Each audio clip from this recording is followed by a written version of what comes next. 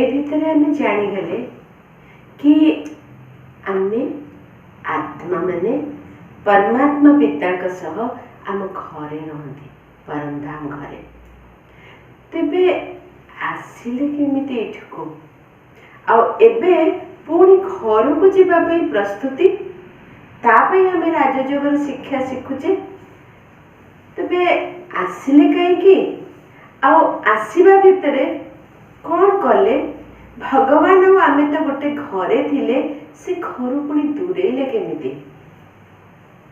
आज आम शुणा ए सृष्टिर रहस्य को जो सृष्टि रे आमे आत्मा माने भिन्न भिन्न प्रकार अभिनय करती देह रूपी वस्त्र को धारण करी। ए सृष्टि रे तीनोटी अविनाशी सत्ता रही। प्रथमटी है आत्मा चेतना शक्ति, द्वितीयटी है परमात्मा अविनाशी शक्ति, से मध्य सत्यम शिवम सुंदर आत्मा सत चित आनंद स्वरूप। तृतीय अविनाशी सत्ता है ये प्रकृति पंच तत्वर प्रकृति तार रूप परिवर्तन हुए किंतु ए पंच तत्व अविनाशी। आउ ए तीनोटी जाक सत्तार स्थापना पालना एवं विनाश क्षमता अच्छी। प्रकृति रे गोटे मंजी गच्छरु माटी रे पड़ीगला आमे कहीं पोतीने आमर कौन सी प्रयास नहीं कि चिंता करिने गोटे गछ पई मंजीटी लगेबाक अछि। स्वतः गच्छरु मंजीटी तले पड़ीगला माटी रे से बीज बपन हैला स्थापना माटी रो पानी ग्रहण कला खत ग्रहण कला तार खाद्य सार ग्रहण कला सूर्य किरण ग्रहण कला धीरे धीरे से मंजीटी अंकुरोत्गम होछि। धीरे धीरे से बढ़िबाकु लागुछि तार बीज पत्र बाहरुछि आउरी बढ़िबाकु लागुछि। गोटे परे गोटे शाखा आउरी बढ़िबाकु लागुछि शाखारु प्रशाखा धीरे धीरे से गोटे बड़ गछरे परिणत हो जाउछि। सेथिरे कढ़ी होछि पुणी फूल होछि फल रे परिणत होछि। प्रकृति द्वारा स्वतः पालना संभव हो परछि। जोर पवन भइला गछ उपड़ी गला प्रकृति द्वारा विनाश। तेबे प्रकृतिर क्षमता अछि स्थापना करिबारे पालना करिबारे एवं विनाश करिबारे। तृतीयटी है मनुष्य आत्मा। मनुष्य आत्मा पाखरे मध्य ए सामर्थ्य अछि कौन गोटे अनुष्ठान निर्माण करिबो। अनुष्ठान स्थापना पई से प्रथमे चिंता करुछि प्लान करुछि तापरे तार स्थापनार कार्यक्रम केमिति करिबो की प्रकार अनुष्ठान करिबो तापई से सर्वे करुछि तापरे पूंजी जोगाड़ करुछि लोक जोगाड़ करुछि अनुष्ठान टी आरंभ कर दउछि। स्थापना कालक्रमे पालना मैन्युफैक्चरिंग आरंभ हो जाउछि मार्केट को से प्रोडक्ट जाउछि। ए प्रकार लोक को लगेकरी धन खटेकरी जिनस पत्र अणेकरी गोटे अनुष्ठान को कार्यकारी करई देबार क्षमता मनुष्य पाखरे अछि। किछि समय परे अनुभव करुछि कि कॉस्ट ऑफ प्रोडक्शन हाई हो गला कि मैन पावर रा कॉस्ट हाई हो गला बेसी खर्चांत हो गला आउ संभव नहीं आउ संबल जोगे हबनी तापर विचार करछि बंद कर दबा को। जेमिति गोटे घरटे तैयारी करिया पई प्रथमे प्लान करछि मनुष्य केमिति घरटे हबो केतेटा बेडरूम हबो ठाकुर घर केडे बड़ा हबो बाथरूम केमती हम आग प्लानिंग फेज स्थापना घरटे तैयारी हो गला ताको भल भाव फर्निशिंग कर दोचे पालना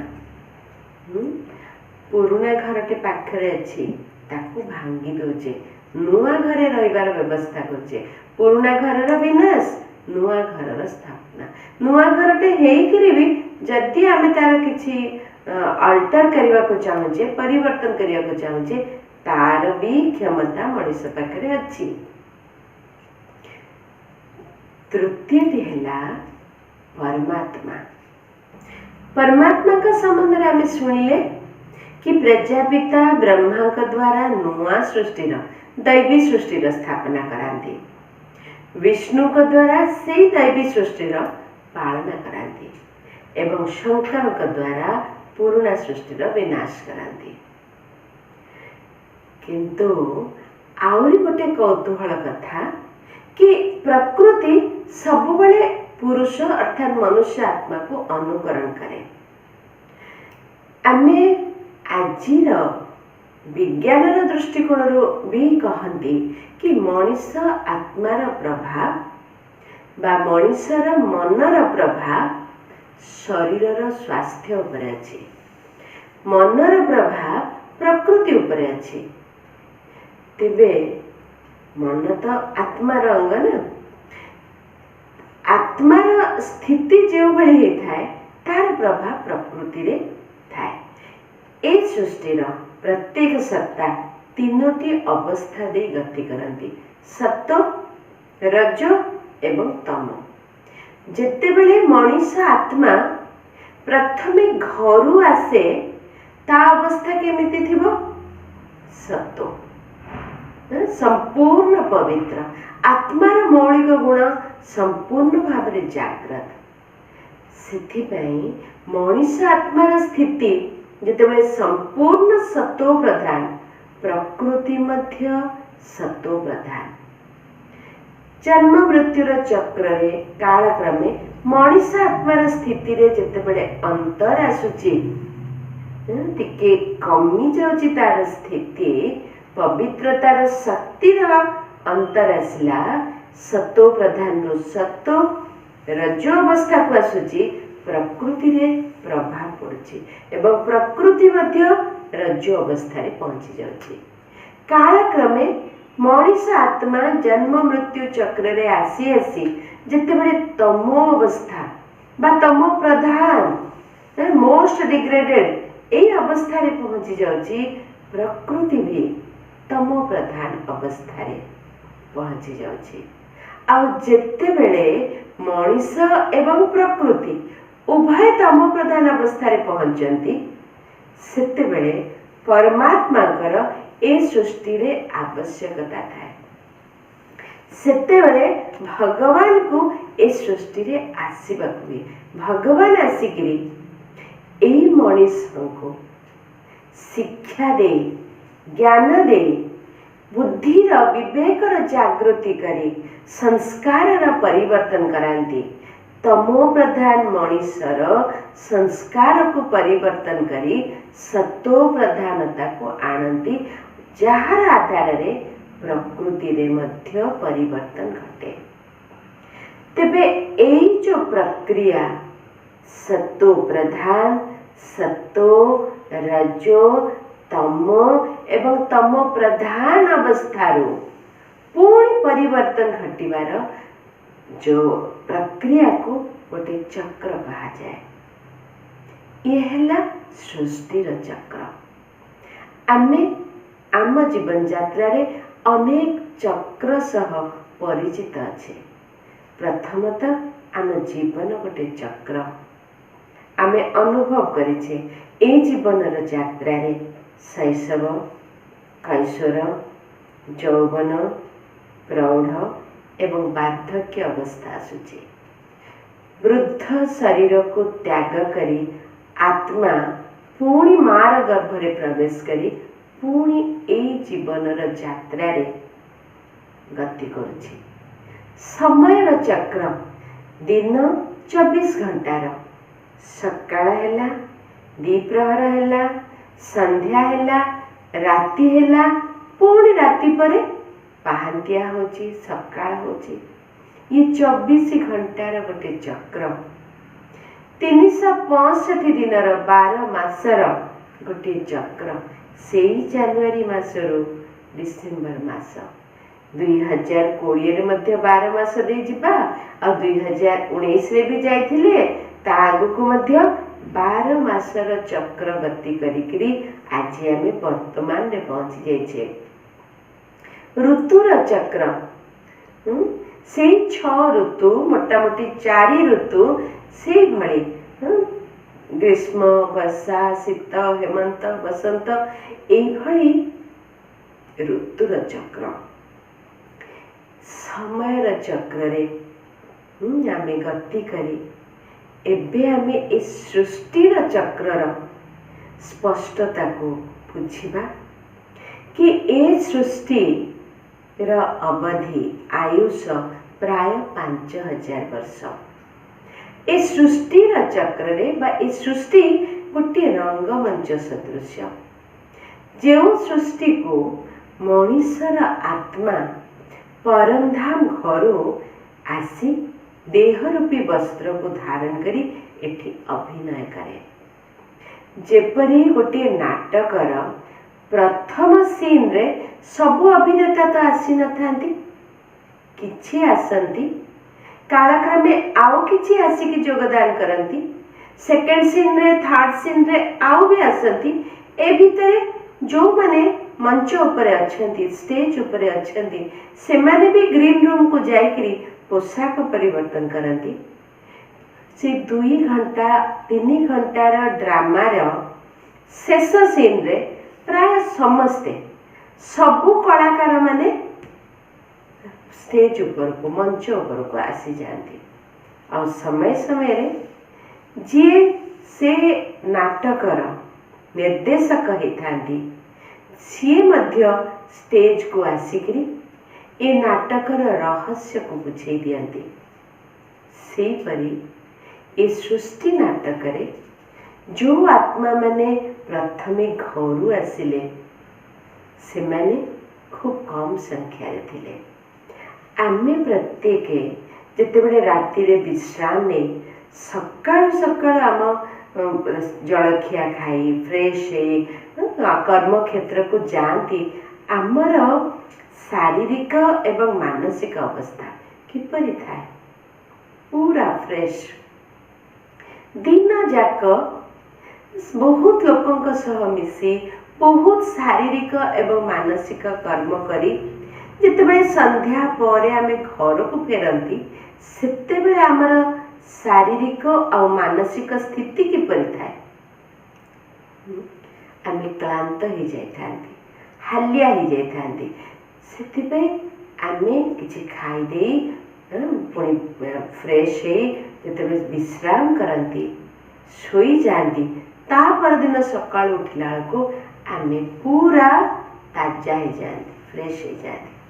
से पड़ी ए सृष्टिर नाटक रे आमे जितेबले आम घर प्रथमे ए नाटकर प्रथम सीन को आसीथिबा सेतेबले आम शारीरिक आम मानसिक तथा आत्मार जो स्थिति पूरा सतोप्रधान। ए सृष्टि नाटक को 4 भाग रे विभक्त करा जाए। कालक्रमे आउ आत्मा रूपी कलाकार माने आम घर परमधाम रु ए सृष्टि रूपी रंगमंच रे योगदान करती।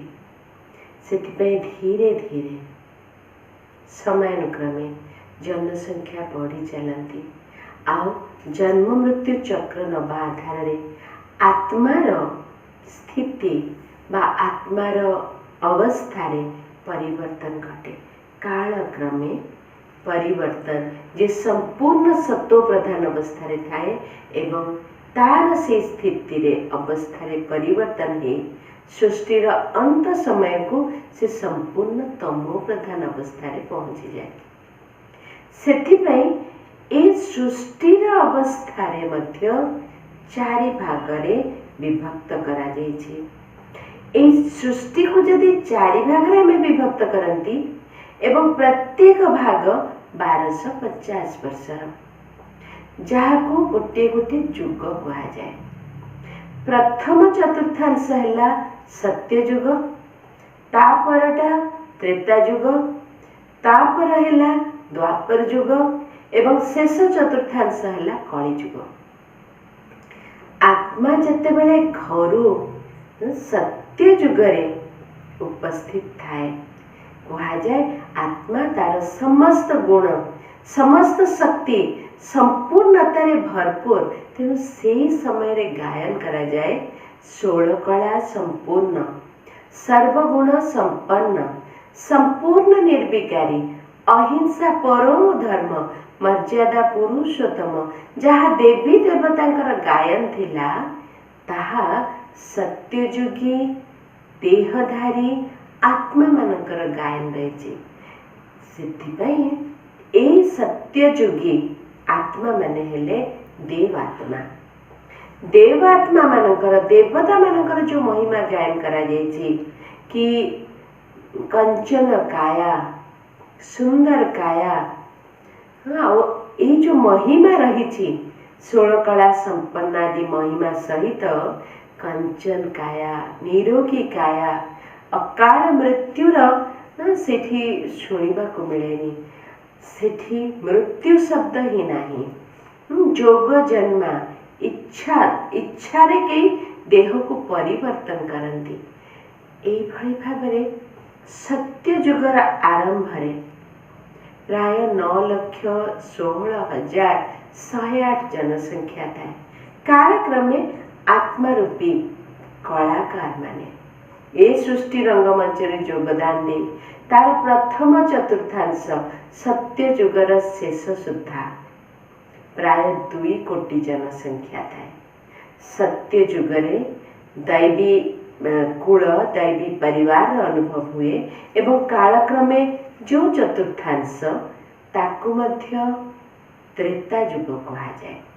त्रेता युगर आत्मार कला आपाततः किछि कम होता है, आनुपातिक कम होता है।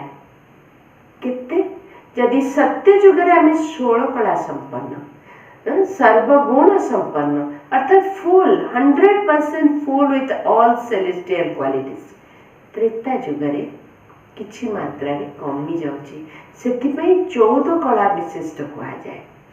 किंतु जहाँ देवी देवतांकर महिमा संपूर्ण निर्विकारी, अहिंसा परम धर्म, मर्यादा पुरुषोत्तम, से विशेषता त्रेता युगर आत्मा पाखरे भी रही।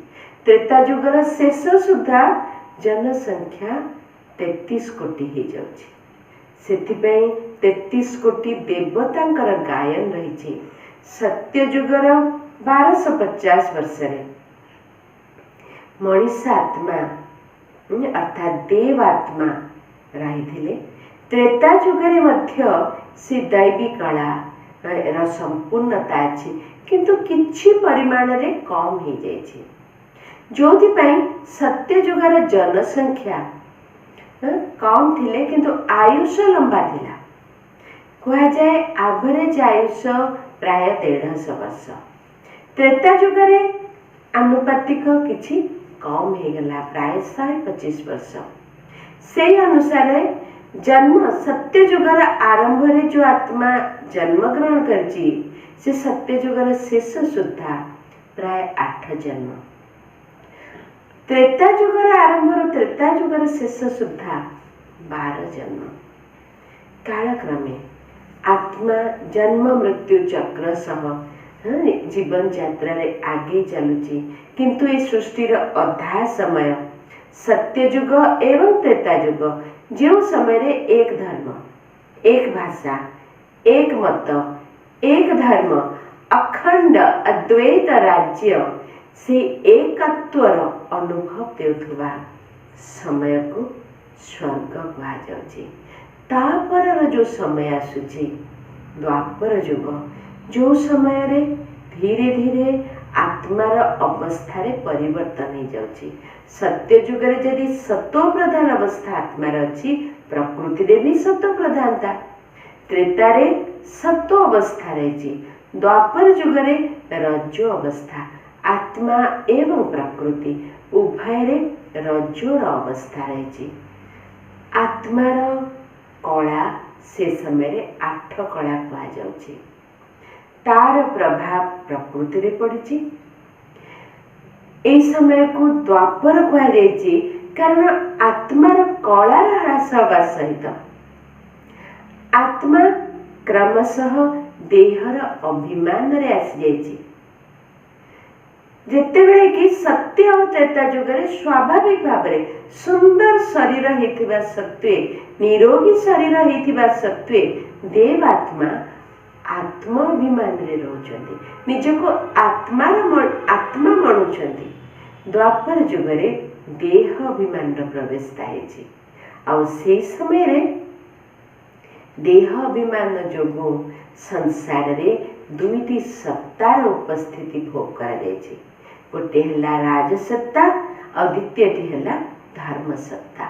कारण जेतेबेले आत्मा किछि अभाव अनुभव करिछि सेतेबेले भगवान को खोजिबा आरंभ करिछि।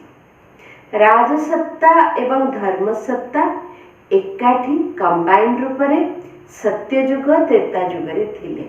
द्वापर जुगरे राजसत्ता रही किंतु धर्मसत्तार आवश्यकता है। एक भगवान को मनीष खोजी भक्तिर आरंभ होइछि, जहाको अव्यभिचारी भक्ति कहा जाउछि। कालक्रमे भक्ति रे व्यभिचार आछि।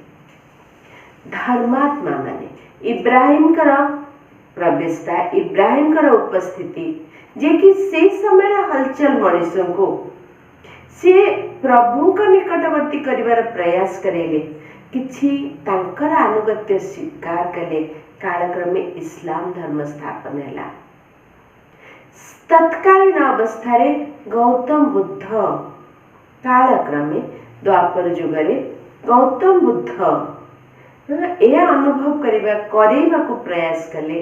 तांकर अनुभव क्रमे कामनार विनाश रे दुखर विनाश किछि बुद्धंकर, गौतम बुद्धंकर उक्ति सुनी तांकर शब्द रे, तांकर व्यक्तित्व रे, तांकर भाषण रे, तांकरी प्रवचन रे अनुगत्य स्वीकार कले। गौतम बुद्धंकर बुद्धं शरणं गच्छामि, संघं शरणं गच्छामि, बौद्ध धर्म स्थापन हैला। परवर्ती समय रे जीसस क्राइस्ट जो समाज रे भगवान कर अस्तित्वर आशा रही, प्रयास रही, अनुभव भी करा जाउछि, किंतु देह अभिमान जोगु हिंसा ईर्षार प्रवेशता आसी। सेठी जीसस क्राइस्ट उक्ति love is God, God is love किछि जीसस क्राइस्ट को अनुकरण कले। कालक्रमे ख्रिस्टियन धर्म स्थापन हैला। मुख्य ए तीन धर्म द्वापर जुगरे स्थापन हवा सह आयुष कमी जाइछि। एवरेज आयुष प्राय 100 वर्ष, जन्म संख्या 21 एवं जनसंख्या भी बढ़ी बढ़ी चलछि। तापर चतुर्थांश, शेष चतुर्थांश ए सृष्टि चक्र जहाँ कलिजुग कहा जाए। कलिजुग रे आत्मा संपूर्ण देह अभिमानी, तेणु कला प्राय शून्य। आ से अवस्था रे आत्मा देहर अभिमान आधार रे दुख, अशांति, अन्याय, अत्याचार, भ्रष्टाचार शिकार होइछि। जनसंख्या बढ़ी। कलिजुग रे लक्षण में देखुचे अकाल मृत्यु, अकाल वार्धक्य, हिंसा, ईर्षा, अत्याचार। आत्मा एवं प्रकृति उभय तमो प्रधान अवस्था रे पहुंची। आत्मा कलिजुगर आरंभ शेष सुधा प्राय 42 जन्म नहीं। जनसंख्या बढ़ी बढ़ी चली। अवस्था रे जेतेबेले उभय तमो प्रधानतार शिकार होइछन्ति, संसार रे दुख अशांति अन्याय अत्याचार बढ़ी बढ़ी चली ई समय रे अगतिर गति सद्गति दाता परमात्मा ई संसार रे अवतरण करछन्ति।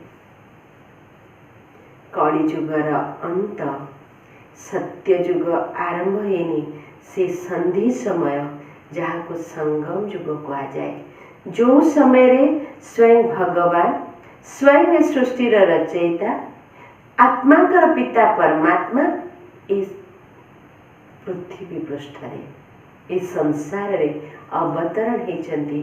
आत्मा परमात्मांकर मिलन संभव होची ए समय रे ए धरा पृष्ठ रे। मने पड़े आमर छोट बेलर पिला बेलर खेल आमे संध्या बेले स्कूल रू आसिकरी बही पत्र पकई दे पड़िया को पलाउथिले खेलिबा को। आम घरर कंडीशन थाए कि सूर्यास्त हैला बेले खेल सारिकी आमे घरे पहुंची जिबा। जदि आमे खेल रे मज्जी जाती खेल को छाड़ी घर को आसवा को इच्छा हुएनी। आमर माँ किंबा बापा किंबा आम खेल साथी मानकर कहार भी माँ बापा खेल पड़िया रे हाजर हो जाती। पिले चल चल घर को जिबा खेल सारिबा पाठ पढ़िबा। सेते बेले आमे कौन करथिले? अनिच्छा सत्वे सुना पिला हे माँ बापांकर हाथ धरिकरी घर को फेरथिले ना। आम भीतर कई अझट हुअंती, कई कहते ना मु जीविनी कांदती दुष्ट हुअंती कि मु पढ़िबिनी मु आउरी खेलिबी। तो माँ बापा कौन छाड़ी के चली जाती? जबरदस्ती आणती, घोषाड़ी आणती। सेमिति आमे ए सृष्टि रंगमंच रे खेलिबा पई 5000 वर्ष तले आसीथिले। खेलु खेलु आमे ए खेलर आनंद उपभोग करथिले। खेलर अंत समय पहुंची जाइछि। आमे जेतेबेले कष्ट पाउचे दुखी होचे अशांत हो जाउचे सेतेबेले आम हृदय रो चित्कार करचे, हे भगवान हे प्रभु मते त्राही कर।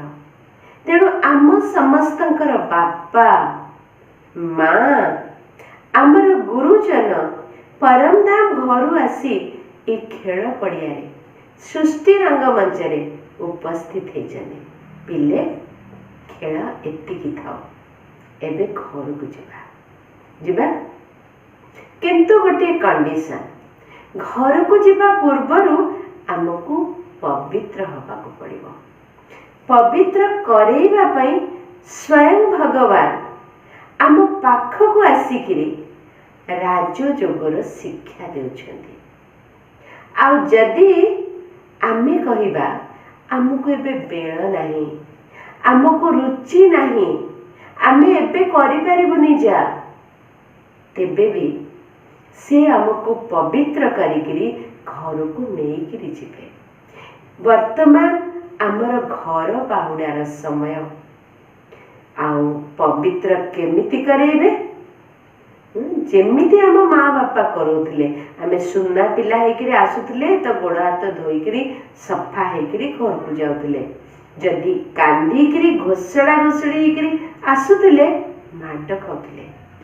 भगवान आसिकिरी आमको राजयोगर शिक्षा आधार रे पवित्र करचंती।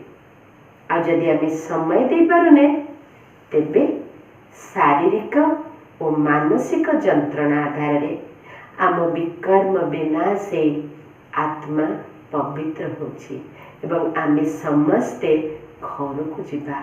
घरे से पवित्र दुनियार अनुभव करी पुणी आमे समय अनुसार ये सृष्टि रंगमंच को खेलिबा को आसीबा। तेबे आज आमे बुझीगले ये सृष्टि चक्रर मुख्यतः 4टी जुग। सत्य जुगरे आमे 8 जन्म नेले, त्रेता जुगरे 12 जन्म नेले, द्वापर जुगरे 21 जन्म नेले, कली जुगरे 42 जन्म नेले। सत्य जुगरे आमे देवता थिले। भगवान कहती त्रेता जुगरे आमे दैवी गुण संपन्न थिले, जदिओ 14 कला विशिष्ट थिले, किंतु दिव्यता थिला। किंतु से समय वर्ण को भगवान व्यक्त करती कि आमे क्षत्रिय थिले। काहेकि थिले आगको शुणिबा। द्वापर जुगरे आमे वैश्य थिले, 21 जन्म नेले। कली जुगरे संपूर्ण देह अभिमानी ही शूद्र थिले। कली जुगर अंतिम पर्याय ए कली जुगर पुराना शरीर भी अंतिम समय एई समय परमात्मा अवतरण करे आमको तांकर कोल को नेउछंती। आम संस्कार परिवर्तन भगवान कर शिक्षा आधार रे होची, जहार आधार रे आमे अनुभव करछे आमे भगवान को कोल रे गोटे नुआ जन्म नेछे। आ ए वर्ण को कहा जाउची ब्राह्मण वर्ण। सत्य युग को सुवर्ण युग गोल्डन एज कहा जाउची। त्रेता युग को रौप्य युग सिल्वर एज। द्वापर युग को ताम्र युग कॉपर एज, जोठी देह अभिमान प्रवेशता अछि।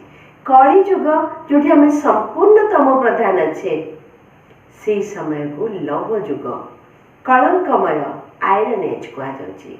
तेबे ए समय कली युगर अंतरे परमात्मा सानिध्य रे आमे जो समयटी अनुभव करछे, ये संगम युग, हीरा तुल्य युग, डायमंड एज। जो युगरे आम जीवनर सबुठारु बा ए सृष्टि चक्र भितरे सबुठारु महत्वपूर्ण समय, सृष्टिर रचयिता भगवान आम आत्मा मानकर सबुठारु अंतरंग परमात्मा एई समय रे ही सृष्टि रे अवतरण करती। आत्मा परमात्मा कर मिलन संभव होता है। तेबे आमे बहुत भाग्यवान कि भगवान का कोल रे गोटे नुआ जुगरे ए भितरे प्रवेश करले। तेणु समस्त को बहुत बहुत अभिनंदन कि भगवान का कोल रे गोटे नुआ जन्म आमे पाई सारे। चलंतु परमात्मा कर सानिध्य को अनुभव करिबा।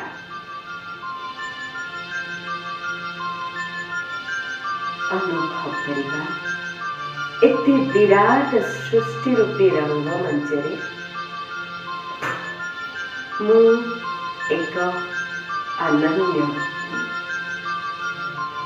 कलाकार, मु एक विशेष आत्मा ए देह रूपी वस्त्र को धारण करी अनेक अभिनय परे मोर वास्तव परिचय को एबे मु पाइछि। ए देहर मस्तकरे मस्तिष्क भितर स्थित मो सूक्ष्माति सूक्ष्म ज्योतिबिंदु आत्मा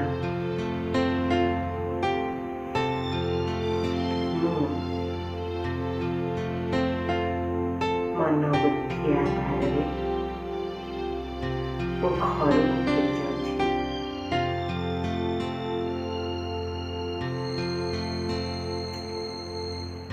लाल प्रकाशमय शांत पवित्र परम धाम घरे मु परमात्मा खूब निकट निजको अनुभव करुछि। परमात्मा को संबोधन करुछि, बाबा मु आज बुझीगली कि 5000 वर्ष परे मु मो घर को मोर प्रिय पिता पाखक मो बाबा पाखक फेरी आसी। 5000 वर्ष पूर्वे मु आत्मा सतो प्रधान अवस्था देवतार शरीर रे अवतरण करथिले। 16 कला संपूर्ण सर्वगुण संपन्न संपूर्ण निर्विकारी देवात्मा सत्य जुगरे 8 जन्म नेली। त्रेता जुगरे मध्य देहर परिवर्तन करी 12 जन्म नेले। सृष्टिर अधा समय परे मु अभाव अनुभव करिछि, आपणको खोजिबाकु आरंभ करिछि।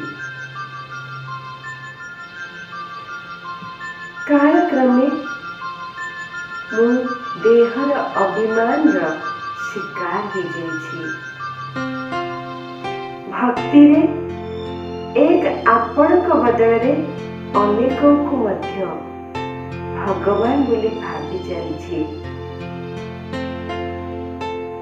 कालक्रमे आस्था अनास्थार खेଳରେ प्राय तुमको भूली जाइछि। कଳି जुगर अंत समय दुख अशांति भितर उबुडुबु होला बेले मोर हलचल पाद को आपण टाणी ने आपण को कोलरे स्थान देइछन्ति। मु सृष्टिर संगम जुगरे भगवान कर सानिध्य को अनुभव करुवा श्रेष्ठ ब्राह्मण आत्मा, बहुत भाग्यवान आत्मा। मोर भाग्यर परिवर्तन घटुछि। बास मु भगवान का साथी रे ए सृष्टि रूपी रंगमंच रे संगम जुगरे श्रेष्ठ जीवन अनुभव करुछि। एई अनुभव को कायम रखिबा ए संगम जुगर गोटे गोटे मुहूर्त अन्य जुगर वर्ष वर्ष सहित